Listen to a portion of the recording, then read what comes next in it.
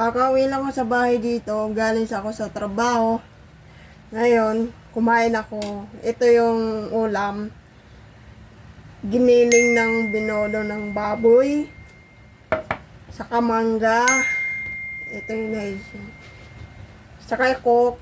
Saka sarap kumain. Yung kapatid ko siya nagluto ng ulam. Pag-uwi ko sa bahay,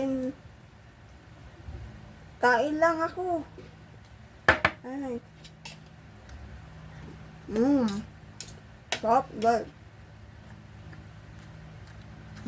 Diba? Sarap ng luto ng kapatid ko. Ito, giniling ng binodo.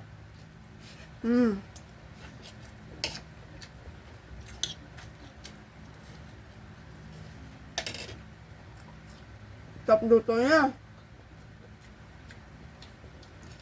Ito yung itlog maliit. Saka yan. Sarap sariwan. Ang galing luto niya. Kapatid ko. Sarap.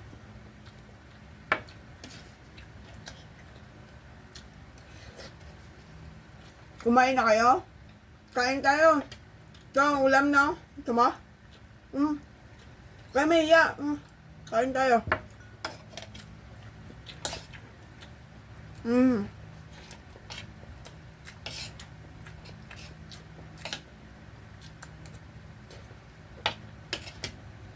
Saka mangga.